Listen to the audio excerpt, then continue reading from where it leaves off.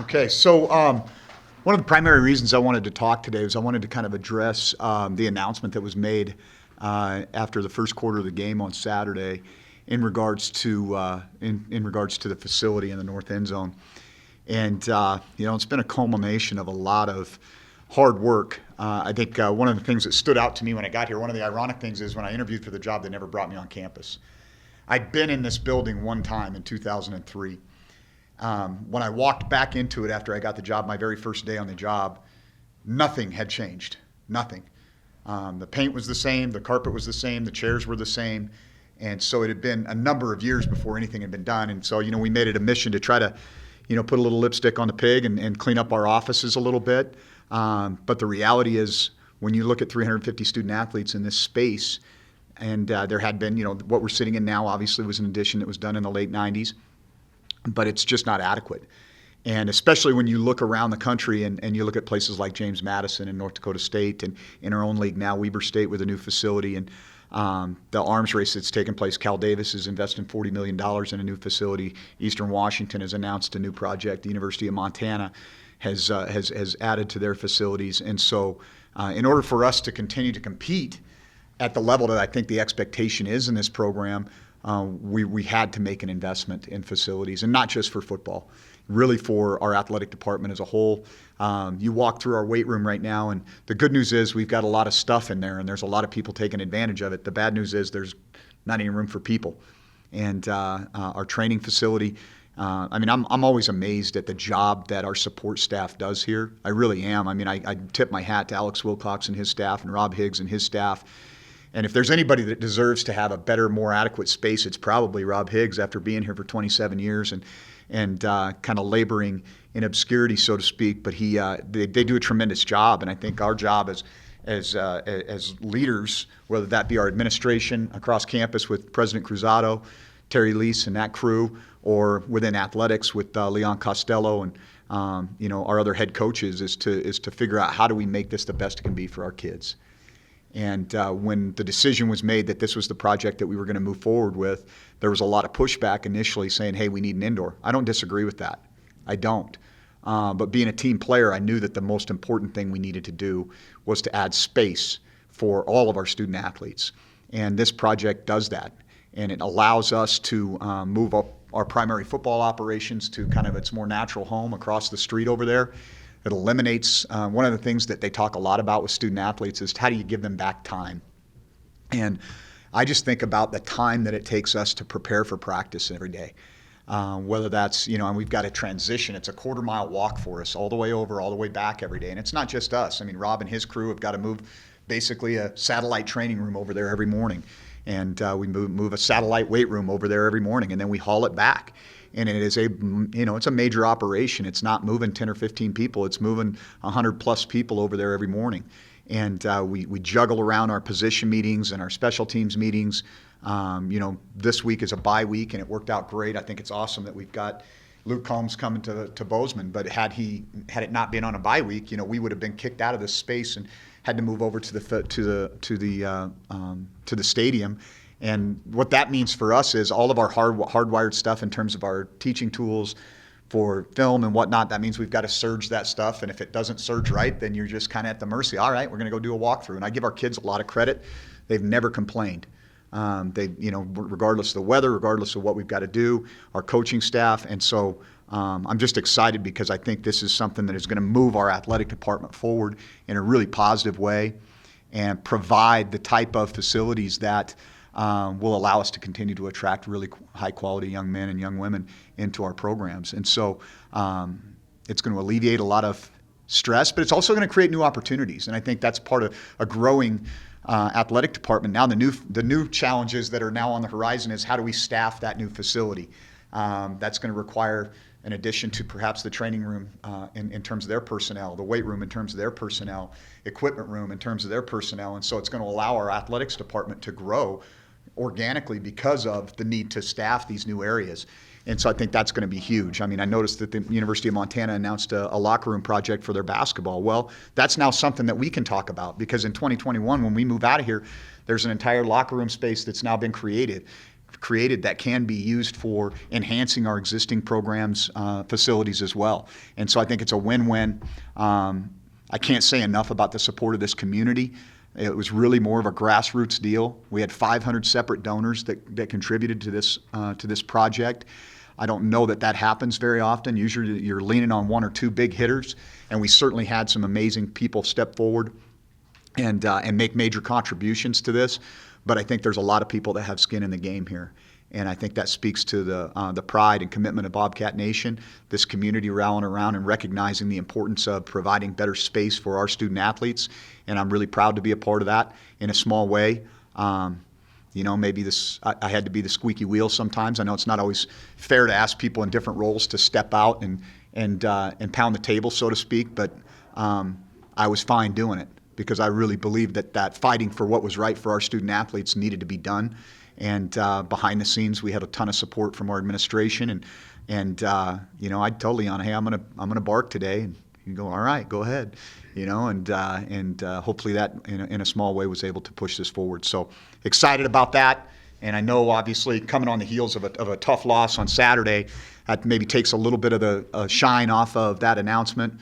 It did not affect, however, the excitement and enthusiasm about Kenny Chesney coming to Bobcat Stadium on July 5th.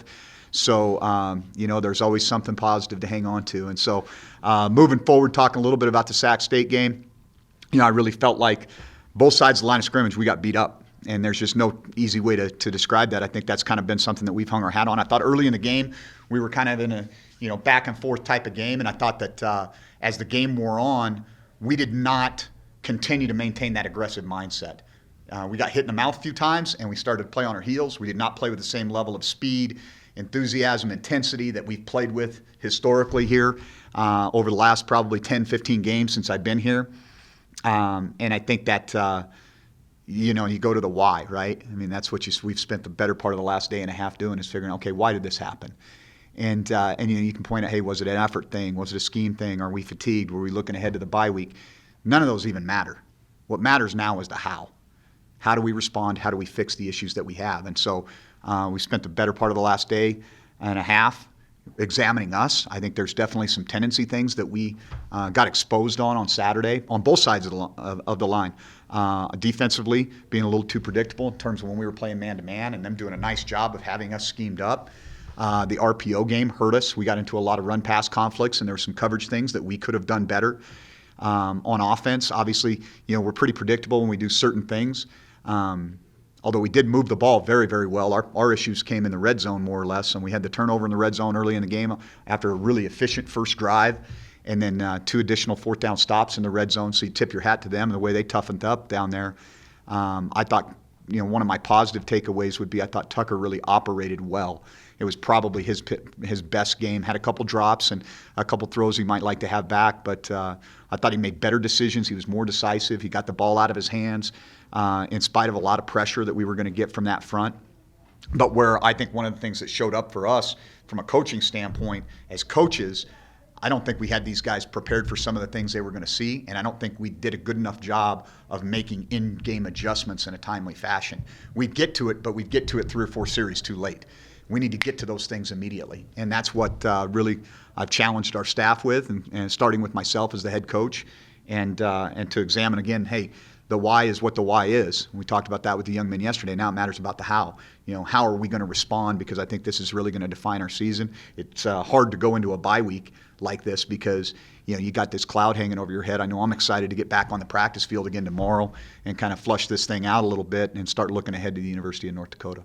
And so, with that being said, I'm happy to take any questions. Do you like having the bye in the middle of the season? I think it's a late bye. It kind of probably depends every year on your team. I would have liked to maybe had an earlier bye this year, but you can't control that. We've played the better part of the season without our top tailback. Troy clearly has not been healthy, 100% anyway. Munchie just got back and was a little rusty. And so we've got a lot of injuries that we've been dealing with, but everybody does, And so when that thing occurs, I think it probably, if you ask me if we got the thing done on Saturday, I'd say, yeah, it was a great time for us to bye coming off a bye. I love going recruiting after a bye, after a win. I don't like it quite as much after a loss, and especially the way that game played out on Saturday. And so I think probably every coach in the country would tell you it's welcome anytime it comes. You get an opportunity to really, I think the one positive for us is we've got a lot of stuff on tape. And the most important thing that we're doing right now is that self-scout. And a lot of times you don't get a chance to, without a huge staff like you have at the FBS level where you've got your consultants and your analysts that are constantly giving you that feedback, we've kind of got to wait until we're not in game plan mode and then look at, hey, who are we? What do we do well? Why are we doing it well? What are we not doing well? Why are we not doing it well? What do we need to do to evolve and tighten things up as we go down this 5-game stretch? You guys have played so physical in your time here. Was there a little bit of shock from the players, did you feel, when they met an opponent that was quite physical? Yeah, well, I think it was a little bit of it is kind of who we've played. You open up the year, and I'm not saying Texas Tech isn't physical, but their style isn't the same. And I think that, it's funny.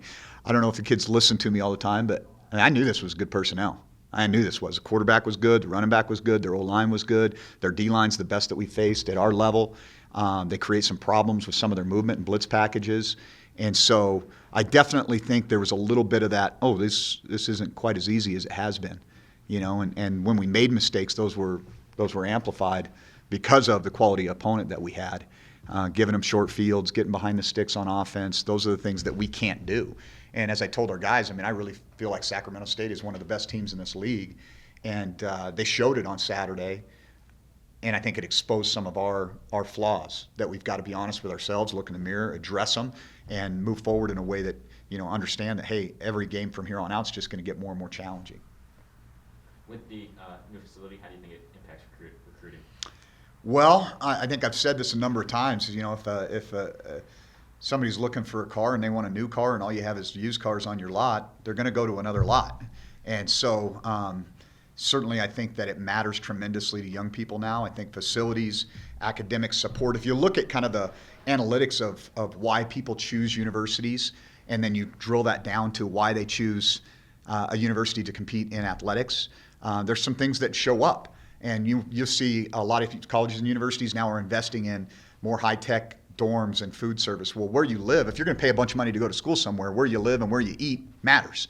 Well, we've figured that out, right? We've got, I think, an unbelievable setup on, with 2 new dorms in the last 4 years going to be on track, and Rendezvous and Miller Dining's the redo of Miller Dining, and so that's one of the pieces. So you got to kind of go down the list. There's certain things you can't control, right? I can't control how far Bozeman is from Los Angeles. I can't control that. Okay, I can't control that. Hey, if a kid wants to be, they want to be a forestry major and we don't offer that major, I can't control that. Okay, so there's things that you can control, and facilities is one of the things that you can control that really has a huge influence in a kid's decision, because where are they spending the most time?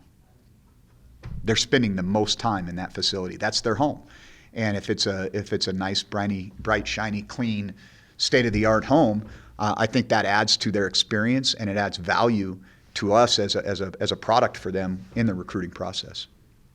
This has been in the talks now for quite some time, but now that it's starting to come together, in a more real sense, what has the reaction been from the student athletes? Well, the ones that aren't going to be here are mad, and I can't control that either.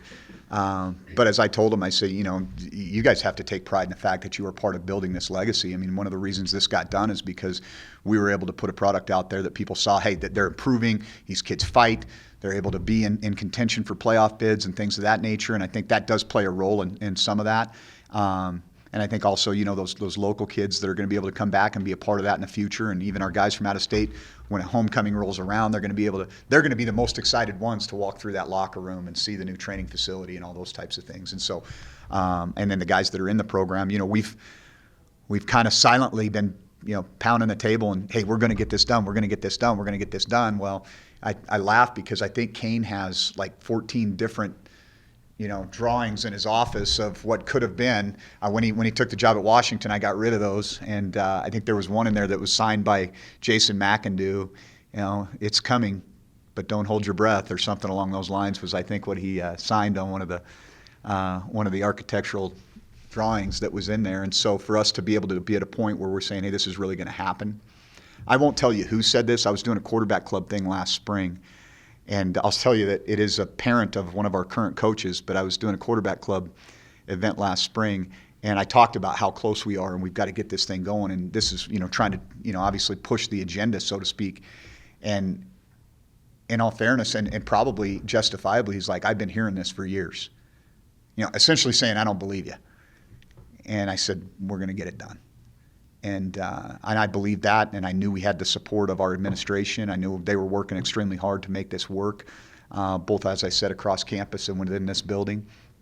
And it was an important deal because I think the thing that really pushed it over the top was that it wasn't just a football initiative, that it did truly benefit all of our student athletes, and that allowed us to engage a wide variety of donors. You mentioned this being a community thing. Kind of how out and about were you trying to make relationships and help with the Yeah, whatever role I was asked to fulfill, whether that was talking to specific individual donors, making sure that I mentioned it when I was around the state for Quarterback Club, Bobcat Club, alumni functions. Certainly, that's a platform that I do have, and it was almost like a campaign. Every time you go out, you got, hey, this is our agenda. We've got to stick to it. And I do think that was helpful because, again, if we were splintered on that, if the administration said, hey, this is our number one priority, and I wasn't on board, if I said, hey, no, I want the indoor, and they wanted the facility, that wasn't going to work. We had to be pulling on the same rope, and not just myself and Leon, but our athletic. I mean, I think if you were to talk to the people in track and field, women's basketball, volleyball, they get it. Like, they know that this is going to make it better for them too. And so I think that we've picked the right project because we could all get behind it. It wasn't going to just benefit one aspect of our athletic program. How about the academic center piece of it? I mean, I don't know, in terms of space. Yeah, that's huge. This area here, I think part of the idea is that this becomes kind of a student-athlete lounge, and they can still turn it and use it for events like concerts and state volleyball and things of that nature. But this will become, instead of a meeting space for football, this becomes more of a place where we can have a Wi-Fi set up, and they can come in with their laptops and iPads and be steps away from the academic center, which will occupy the current football offices. And that's a perfect space for it. There's breakout rooms that can be used for tutoring.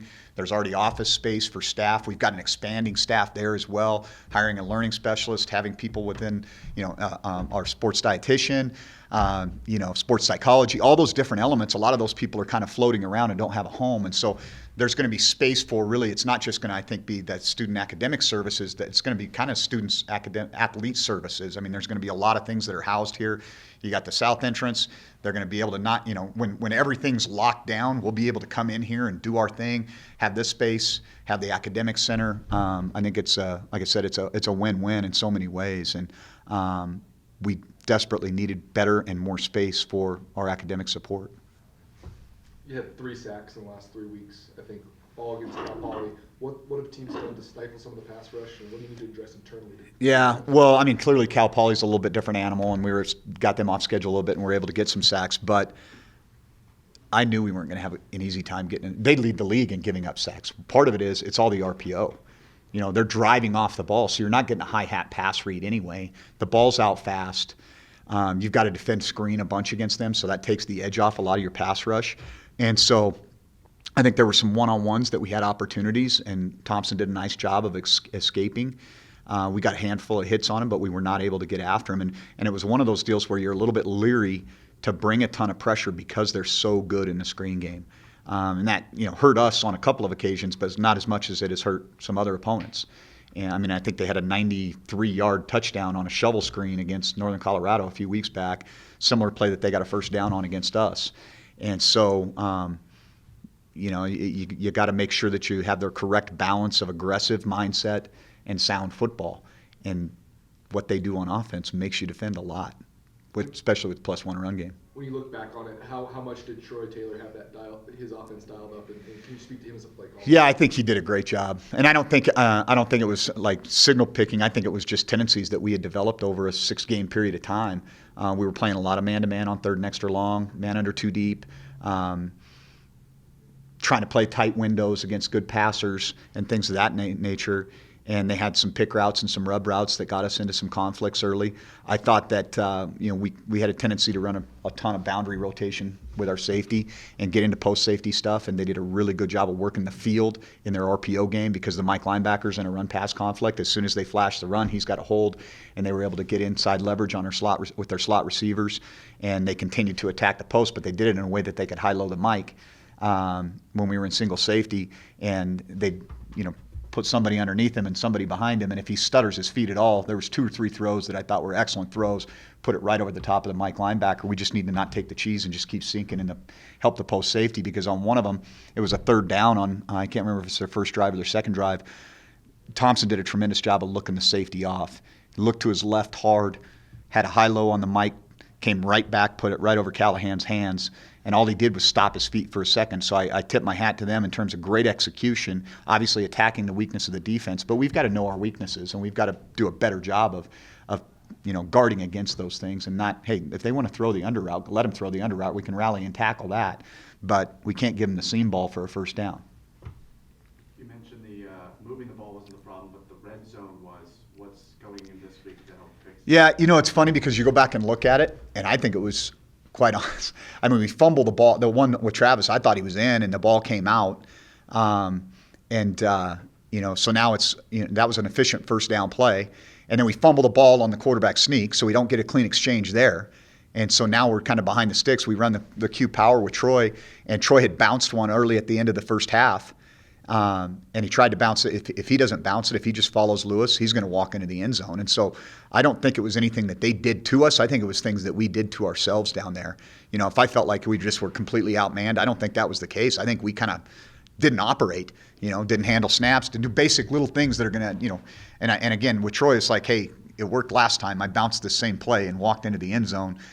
Well, let's trust it here. It's you were on the 5 or 6 yard line. You got more opportunity to use your speed to get to the edge. Here we're on the 1 or 2 yard line. Let's pour this thing in. You're 225 pounds. Let's go get it. And I think that was probably a big issue there. And we actually scored on one of those drives, but they had 12 guys. They said they had 12 guys in formation.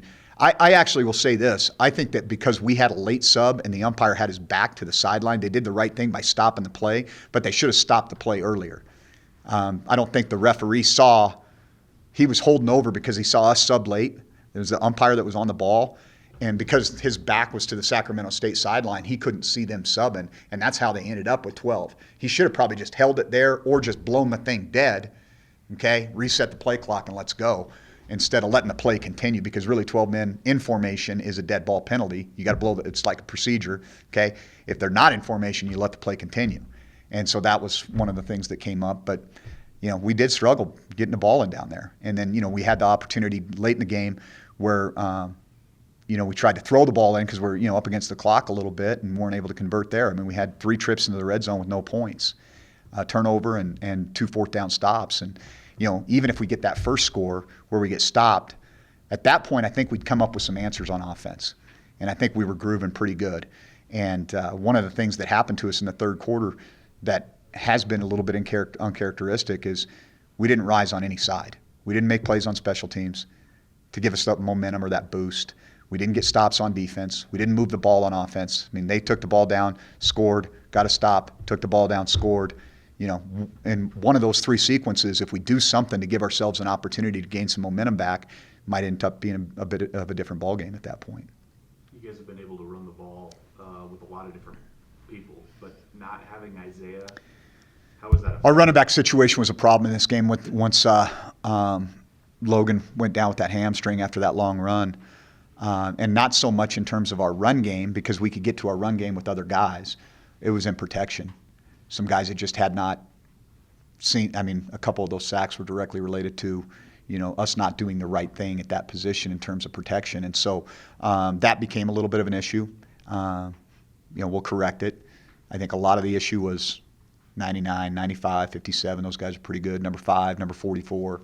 Now when you don't block them, it makes it a little easier on them. But we've just got to, continue to get those young guys reps in those situations. And that's one of the things that I think we've got to examine as a coaches is, hey, we've got to put ourselves in the worst possible situations during the week in practice. Don't script for success. Put Shane Perry out there and let's run zombie protection and see if he knows what he's doing so that when we have to use him on Saturday, he's at least seen it. And I think that's something that we've got to do a better job of as a coaching staff. How would you evaluate 99, Obina?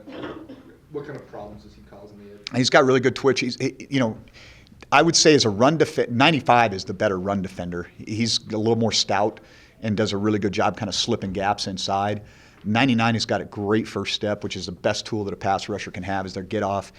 Uses his hands well, They allow him, I think, to do what you call cover me, which is kind of he gets a two-way go, and then they cover him up with movement late so that he can try to create a one-on-one on those tackles. And so I think he's clearly one of the best pass rushers in this league. What have you thought of the big sky 3 games in now? How do you kind of evaluate the what you've seen this week? Yeah, it's interesting because we played, you play Case Cookus, who's going to air the ball all over the place, and then you play Cal Poly, who's going to run the ball all over the place, and then you kind of play a balanced team like Sacramento State, and I think that's one of the reasons why they're so good right now is they're very balanced. They have great balance as a team. They're good on defense. They're good on offense. Their offense is, as I said, balanced. They run the ball well. They throw the ball well. It's kind of ironic. You look at the stat line. This game came down to third downs. That's what this game came down to. Like I think they had one more first down than us. We outrushed them. We actually exceeded their rushing average by almost 60 yards, and then you take away a few for the sacks, what they'd been giving up. We threw the ball for 260 yards. We each had a turnover. Both of them were in the red zone, so you kind of look at that as a wash, and then you look down the stat line and you go, oh, yeah, they were 9-13 and we were 4-15. I mean, that's why we lost the game. We couldn't get off the field on defense, which has been problematic for us. Not so much this year. We've been actually very good on third down defense going in, but all year offensively we've been not good on third downs. And so, I think that we've become too predictable a little bit, and we've got to be more willing to examine that, and that's what we're in the process of doing right now. In the FCS, how important is it to bounce back from a loss? I think 11 ranked teams lost with the playoffs. Yeah. How important is it to bounce back? I think obviously this league is going to be interesting, man. I mean, you look at the matchups that are going to show up coming down the stretch, and it's going to be an exciting league to watch. And I think that obviously you got to look at it and no one game is going to define your year. And I think that if sometimes losing early is a little bit better than losing late. And so we control our own destiny just like everybody else does in this league at this point. I don't think there's a lot of teams that are out of the race, so to speak. A couple at the bottom that maybe have dropped a few games and they're kind of looking up at the standings. But if you're a one-loss team or even a two-loss team in this league and you run the table, you probably are going to get an opportunity to get in the tournament. And so, a lot of football to be played. A lot of football to be played.